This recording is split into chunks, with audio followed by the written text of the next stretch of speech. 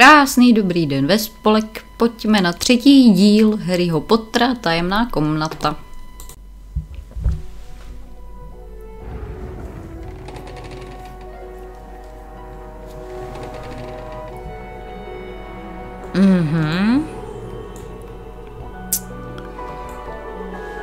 Jo.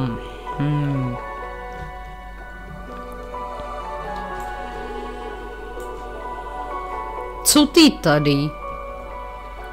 Sorry, I've run out of stock. You'll have to come back later. Aha, dobře.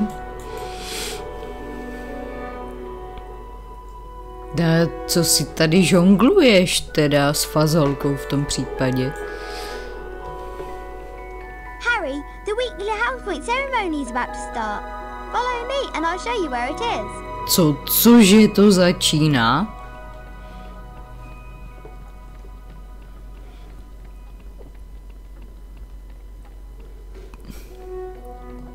Good morning, everyone. For those of you who have trouble remembering names, I am Albus Dumbledore, headmaster of Hogwarts. Welcome to the very first weekly house point ceremony of the school year.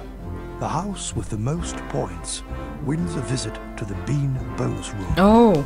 The length of the visit depends on how many more points they have over the second-placed house.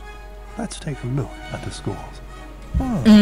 It appears that Gryffindor is in the lead. Jako vodost It vedem. looks like you get to visit the bonus bean room. Good luck, and remember, you only have a limited time to collect beans.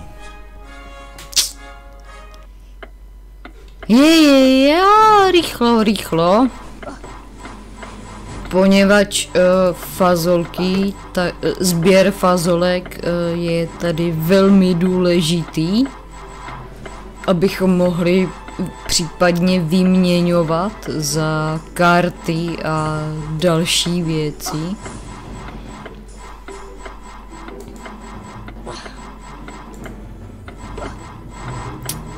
Akorát je to tady jako blbě udělaný, že neumíme spoustu kouzel, která by se daly použít. Ty truhly mě taky štvou, toto nemůžou hodit přímo na mě?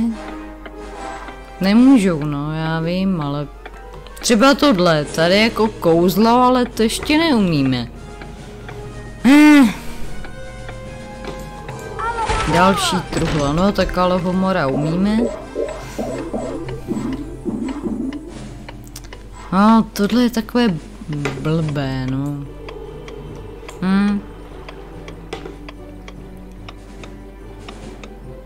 Jako nevím, co tady více zmůžem, už nic nezmůžem. Harry, there you are. Ježíš. Hello. Fanfrpál. Time Ne. None of the other teams have started training yet, so we'll have a good head start. But I haven't had lunch yet. You can eat later.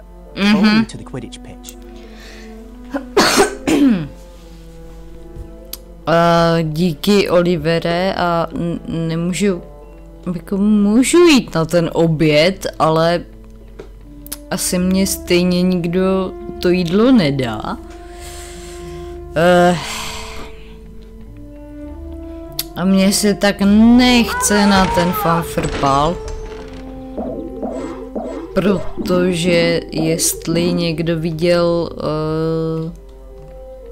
jak hraju Harryho Pottera a Kámen mudrců, tak všichni víme,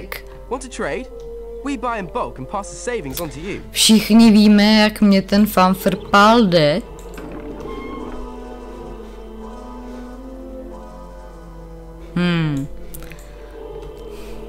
To já nevím, jako jestli mám, to je takový blbý, protože když já na něco zakouzlím, tak se může otevřít něco, na co ještě neznám to kouzlo. Tudíž to postrádá smysl.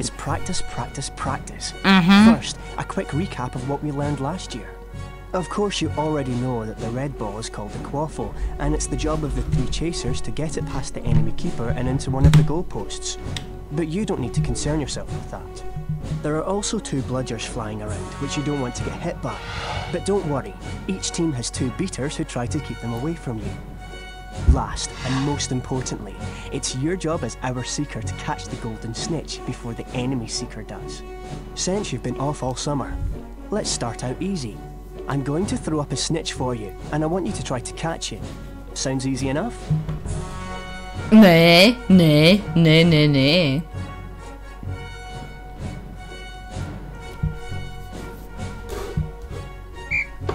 All right then. You can use your arrow keys to steer your broom left, right, up and down. Quidditch armor will help soften blows during the match. Quidditch is a rough game, Harry, but don't worry, padding helps. That's it, Harry. Stay right on the snitch. You've almost got it. Now the rest of the Gryffindor team is here, let's play a mock game of Quidditch. Avoid the bludgers and the other seeker. I'm going to have a Gryffindor stand in as an enemy seeker. You'll need to make sure she's out of the way before you can catch the snitch. Don't worry, they'll take it easy on you. No, jistě. Tyjo, a i stíny tam mají, to je jako dobré. No, každopádně chycení zlatonky není dobré. Já úplně nevím, jako co... Tady mám... Huš? Co tady mám dělat?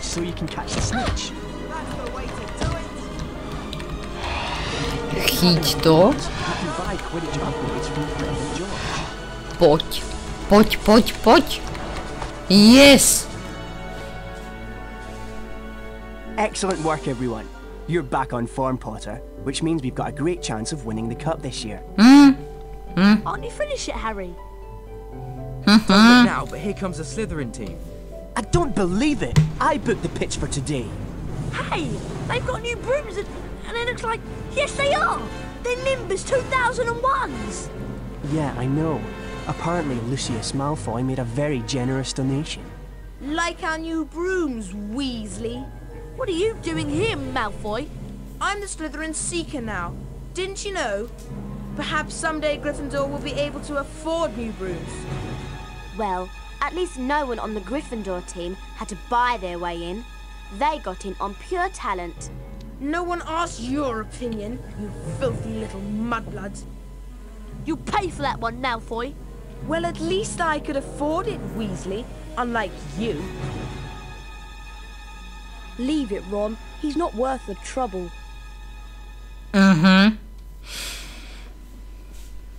Mudblood, the nasty name some wizards use for other wizards who were born to non-magical parents. And speaking of mud, October arrived damply at Hogwarts, spreading a soggy chill over the grounds and into the castle. A different kind of chill would soon set in as well. To je dobrý, jak to jako změnili na počasí. Ježišmarja.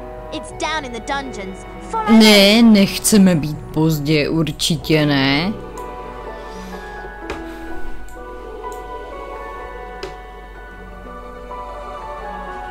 Už ani nevím, jako jestli máš smysl tady šmejdít. Asi ne, protože i když šmejdíme nebo nešmejdíme kdykoliv kamkoliv, přijdeme pozdě. Co se tady děje, tyjo? Tady to vypadá, že je nějaká skrytá místnost, ale nic se neděje. Tyjo, neříkej, Harry. Aha.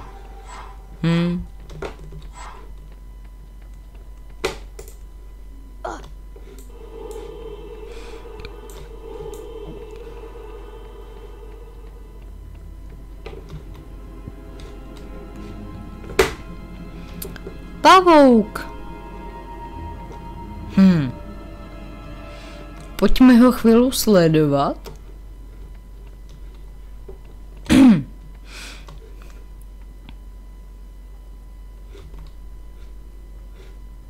Aha, dobře.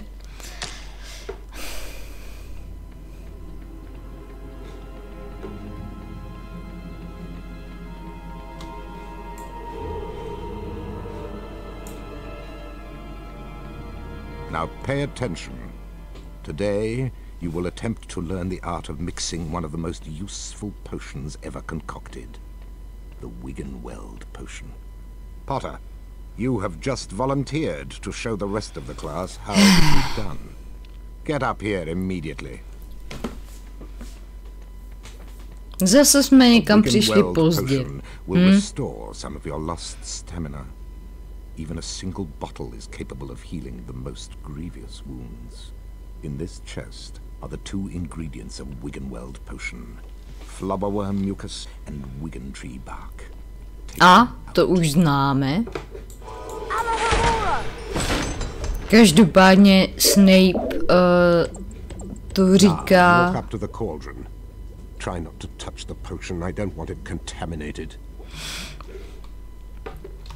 Každopádně Snape jako říká, že ty věci a ten lektvar nám pomůžou, ale takovým tónem, že to spíš vypadá, že to je jedovatý. Observe Mr. Potter adding the ingredients to the cauldron and mixing them.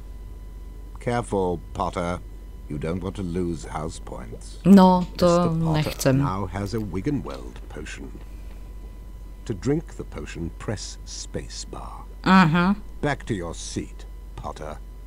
Those of you who are adventurous, or more probably clumsy, will not want to make Wiggenweld potions on your own. Therefore, there are cauldrons like this one throughout Hogwarts. They are the only cauldrons in which Wiggenweld potions can be made, and the ingredients, flubberworm mucus and Wiggentree bark, can also be found throughout Hogwarts. Now, for today's lecture, the history of flubberworm mucus extraction. Before that lecture, I thought I knew everything I wanted to about flubberworm mucus, and I was right. Well, I thought he touched on some interesting aspects. Let's get going before Snape comes out.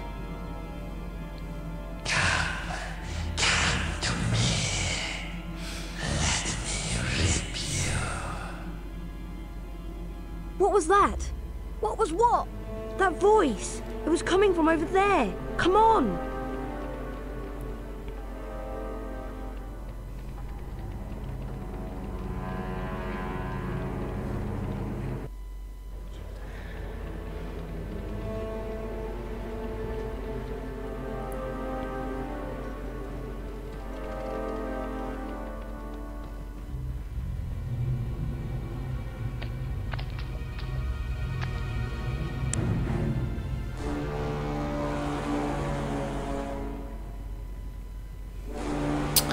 Ale. That's horrible. Paní Norrisová skameněla. Enemies of the air, beware. You'll be next, mudbloods. Drž zobák, jo? She's been petrified, but how? I cannot say. And now, I would like everybody to please return to their dormitories. There's nothing else to see here. Come on, Harry. Professor Dumbledore's right. There's nothing more to see here.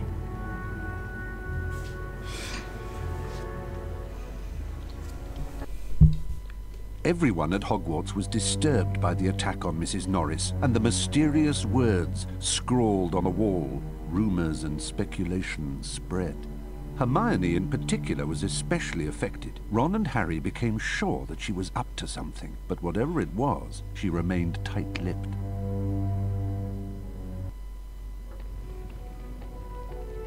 We have to get to charms class, Harry, and I have an idea. An idea about what? We should ask Professor Flitwick about the Chamber of Secrets. He's bound to know something. Let's go.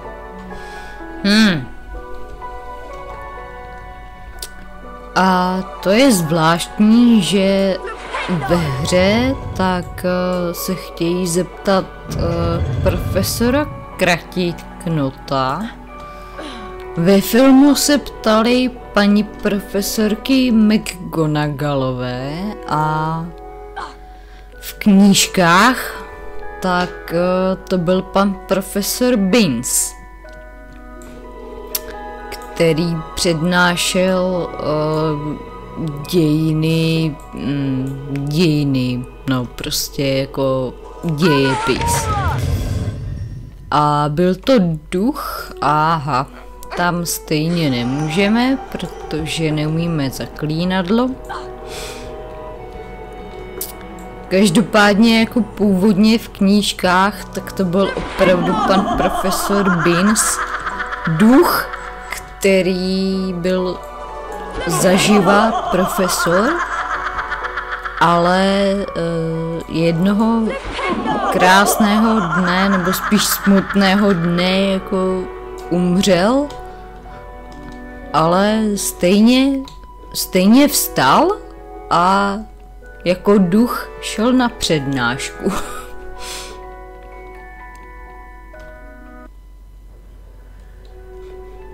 Hurry up, Harry. We don't want to be late for charms. Come on, Hermione. No, jako nechceme pozdě někde být zase, jak nám již bylo mnohokrát opakováno. Ježišmarja, Filč s koštětem zase. Oh.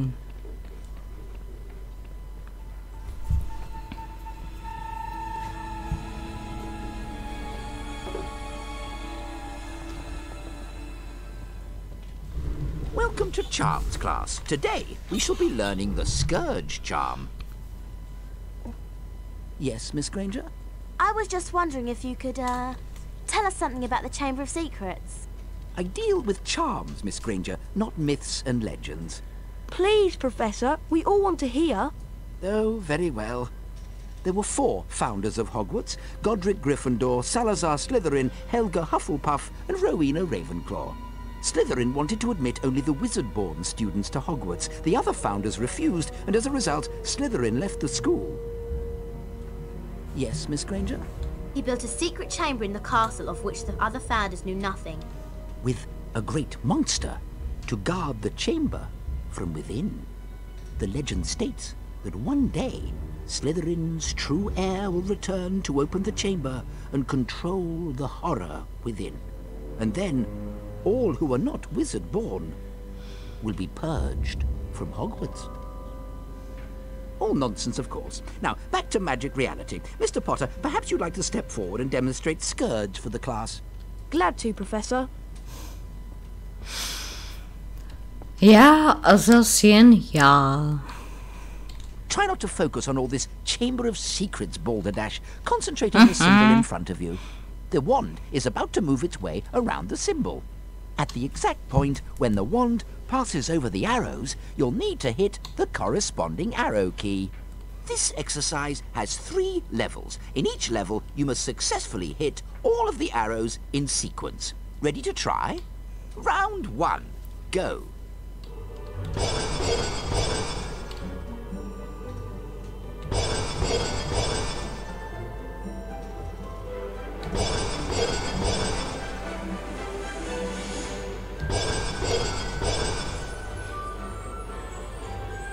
Well done, Harry. You've advanced to the next level of the lesson. 5 points to Gryffindor. Round 2. Go.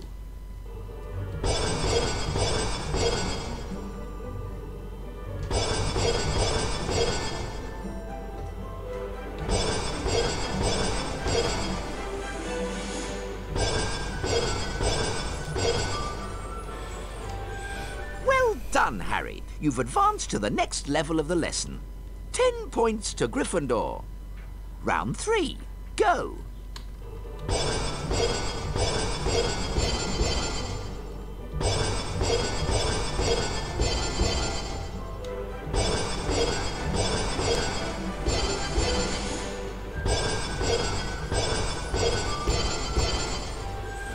Well done! You've completed all of the necessary exercises.